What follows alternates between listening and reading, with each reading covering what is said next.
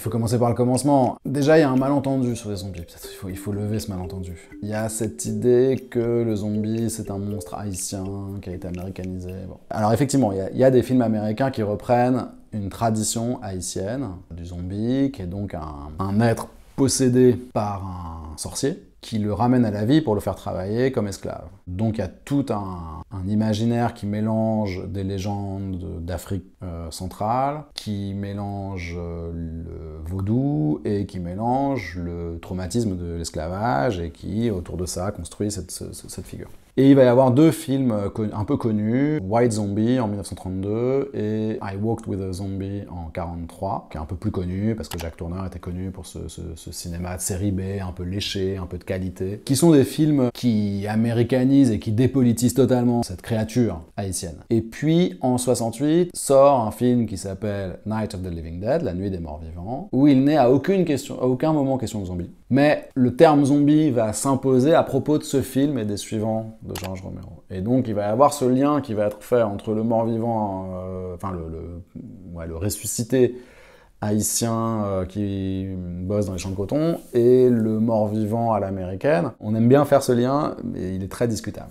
Donc il vaut mieux commencer en 68. Et le premier film de Romero, La Nuit des Morts Vivants, en 68, c'est un film qui propose une métaphore impitoyable. On parlait d'identité à propos d'X-Men. Voilà un film qui raconte les fractures qui traversent la société nord-américaine en 68, de manière évidemment très caricaturale avec ses morts vivants. Mais tout y passe, puisqu'il y a des questions de rapport homme-femme, il y a des questions de rapport entre générations. Une des dernières scènes, c'est quand même une petite fille qui mange ses parents, donc la métaphore est assez transparente. Et puis surtout, il y a un personnage principal qui est afro-américain. Et Romero a passé le reste de sa vie dans les interviews à dire « Mais non, on l'a pas choisi parce qu'il était noir, on l'a choisi parce qu'il était bon quand il a passé les auditions. » L'un n'empêche pas l'autre. Il a sans doute été très bon quand il a passé les auditions, et il est très bon dans le film, c'est pas la question. N'empêche qu'en 68, on peut pas faire comme si un acteur principal noir, qui est le seul pas complètement idiot de la bande, et qui termine en se faisant tirer dessus par des rednecks en train de nettoyer ce qui reste de zombies.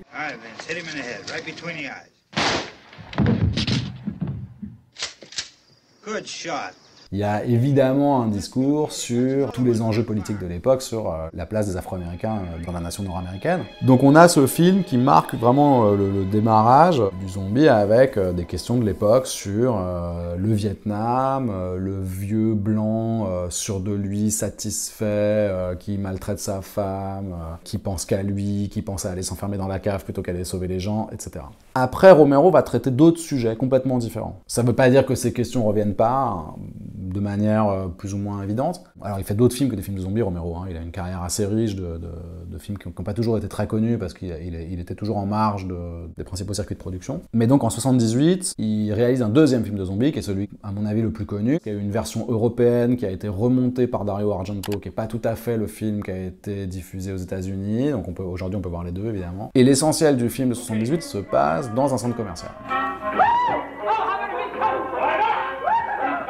Il y a là vraiment une réflexion sur la société de consommation à un moment où l'effervescence contestataire des années 60 est retombée. Je parlais de Rocky tout à l'heure, le backlash reaganien arrive, en 78, c'est l'année suivante. Le cinéma américain a largement intégré cette désillusion. Les questions que j'ai évoquées tout à l'heure de fractures raciales et sociales sont présentes, notamment au début du film. L'assaut d'un immeuble où vivent des Afro-Américains pauvres par la police d'élite, alors je crois que c'est Philadelphie, parce que ça se passe toujours à Philadelphie avec Romero.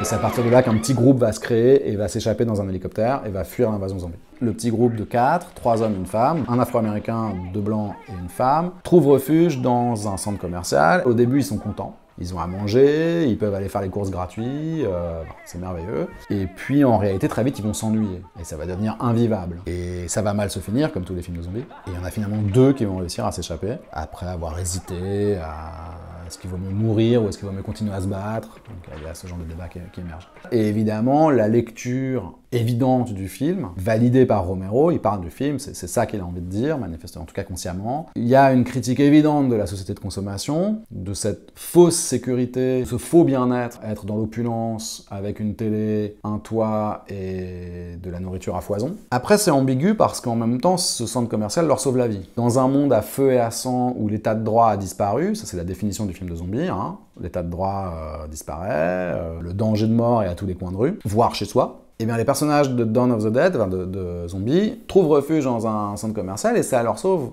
littéralement la vie. La question, c'est est-ce que c'est satisfaisant d'être vivant si c'est à ce prix-là? Et en fait, c'est une question qui traverse tous les films de zombies. Est-ce qu'on est content de vivre enfermé, de survivre enfermé? Il y a une phrase de Van Eghem que je vais déformer, mais on ne veut pas échanger la certitude de ne plus mourir de faim contre celle de mourir d'ennui. Ce qui est intéressant dans toute la filmographie zombie, et qui est peut-être plus géographique que ce que je viens de raconter, c'est la question de l'enfermement et de la mobilité. Il y a une tension enfermement-mobilité. The Walking Dead est très parlant là-dessus, puisque le groupe de survivants, qui n'est pas tout à fait toujours le même, il y en a qui viennent se rajouter, il y en a qui meurent en route, bon. Ce petit groupe, soit ils sont en train de bouger, en train de chercher refuge, soit ils s'enferment. Et il y a cette idée dans le film de zombies que le seul moyen de ne pas mourir, c'est d'être mobile, c'est d'être en mouvement. Dès que vous vous arrêtez, vous êtes en danger. Soit on est en mouvement, soit on trouve un lieu dans lequel on se barricade. Dans la saison 3, ils vont même aller s'enfermer dans un pénitencier. On en arrive à rêver d'être en prison dans un film de zombies, ce qui est quand même pas rien.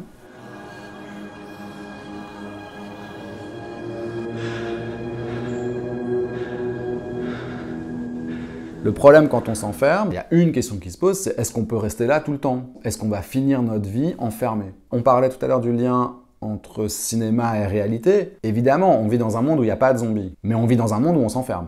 Clairement, l'Occident, depuis la chute du mur de Berlin, en gros, pas que l'Occident, mais notamment l'Occident, a construit des dizaines de milliers de kilomètres de murs sur des frontières nationales, mais a aussi construit tout un tas de lotissements plus ou moins privatisés sous la forme de gated communities aux États-Unis, mais qui existent aussi en Afrique du Sud, qui existent aussi en Israël, qui existent de plus en plus en France, en Grande-Bretagne. Des espaces plus ou moins hermétiques, avec plus ou moins de gens, mais avec une logique d'enfermement et de protection du monde extérieur, perçu comme violent, dangereux. Donc on vit dans un monde qui se barricade, littéralement. La première réaction qu'on a eue face à la pandémie de coronavirus, ça a été de se barricader. Je ne suis pas épidémiologue, donc je suis incapable de juger de l'efficacité du processus, mais ce que disent les films de zombies, c'est qu'à court terme, ça peut marcher. Parfois, il n'y a pas le choix, il faut s'enfermer, on s'enferme. Mais qu'à long terme, c'est une stratégie qui est vouée à l'échec. Pour une raison philosophique, disons, c'est que vivre enfermé, c'est pas super. C'est même pas super du tout.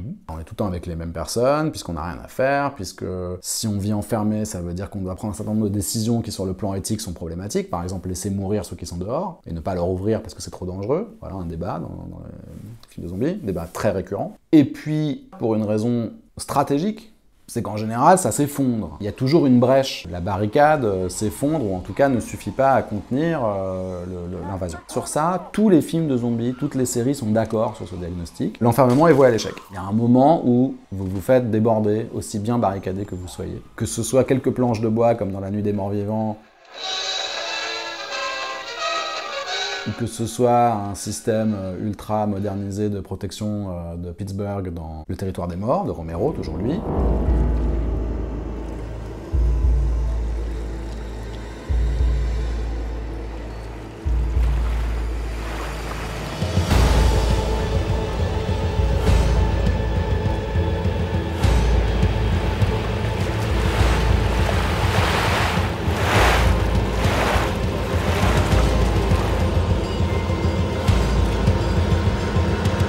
Almost midnight, sir. Pack us up, we might be leaving. In the boat? I'd rather be taking Dead Reckoning, but not available.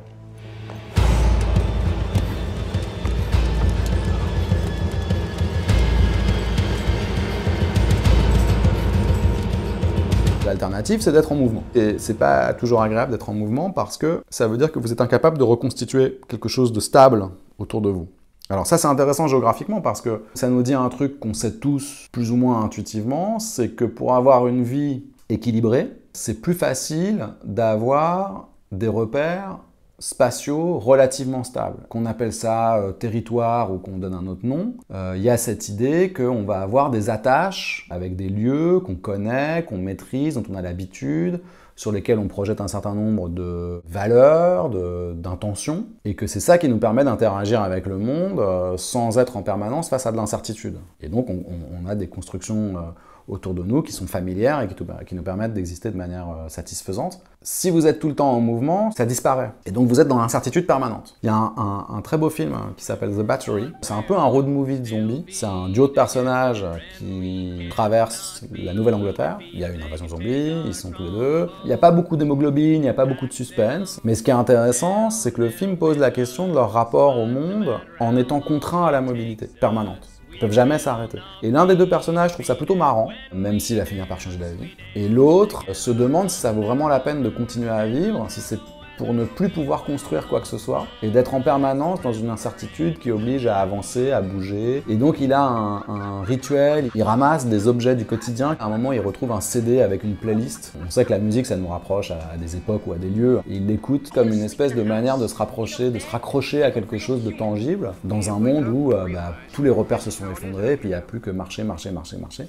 Il y a plein de différences entre films de zombies, il y a plein de discours, il y a plein de discours conscients et inconscients qui peuvent être complètement contradictoires. Le point commun à toute cette filmographie que moi j'avais étudiée dans mon petit livre, c'était d'être la métaphore d'un monde très incertain, sur le plan géopolitique, mais aussi professionnel, mais aussi affectif. C'est l'une des définitions de la postmodernité. La modernité, c'est la période qui démarre avec la Renaissance et qui culmine avec le capitalisme industriel. D'abord des grandes découvertes, des grandes inventions scientifiques, des progrès de la médecine, de l'industrie, etc. C'est un monde relativement stable, du point de vue intellectuel, c'est ce qu'a expliqué Lyotard,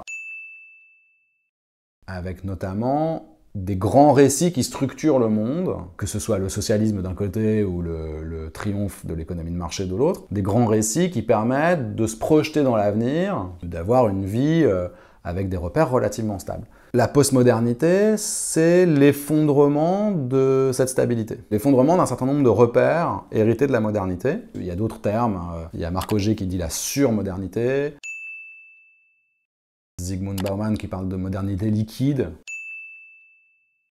au lieu de la modernité solide, cette idée que ça nous file entre les doigts. Un certain nombre de repères ont disparu et qu'on vit dans un monde beaucoup plus incertain. Parce qu'il y a des grandes vagues migratoires, parce qu'on est passé de la grande industrie à la production en flux tendu, on est passé d'un travail à vie dans une entreprise à des changements de boulot toute sa vie, on est passé de la famille nucléaire comme modèle à peu près indépassable à un rapport au couple, à l'amour, au sexe, beaucoup plus distendu, parce que la technologie a évolué, on va plus vite, plus loin, donc il y a aussi un rétrécissement du monde. David Harvey qui parle de ça.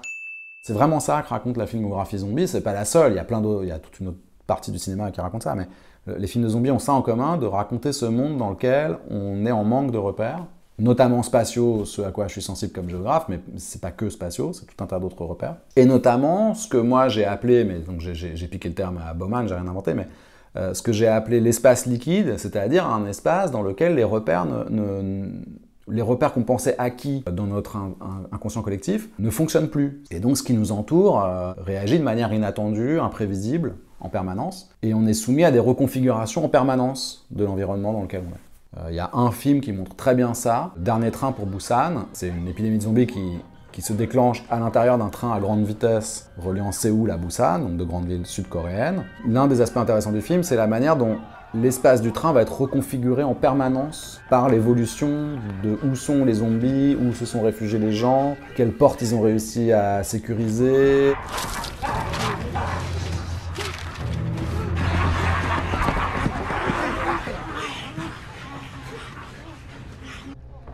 Après, ils arrivent dans une gare, ce qui reconfigure à nouveau le truc. Enfin bon, l'espace est complètement instable. On retrouve ça aussi dans une autre œuvre coréenne, c'est la série très récente All of Us Are Dead, qui est inspirée d'un webtoon. Se passe dans un lycée, coréen aussi. L'épidémie démarre dans le lycée. Le discours principal de la série, c'est de parler du harcèlement scolaire. C'est clairement la thématique centrale. Et alors là, c'est pas juste un train, c'est tout un bâtiment avec des centaines de salles, on retrouve cette idée de reconfiguration permanente, on ne sait pas où on est en sécurité. Et à chaque fois qu'on croit qu'on est en sécurité quelque part, qu'on a réussi à barricader, il y a un imprévu, il y a la fenêtre, il y a une porte qu'on n'avait pas vue, il y a je ne sais pas quoi qui change, ou une tactique qui ne marche plus, bref. Et donc on est en permanence en train de devoir se réadapter.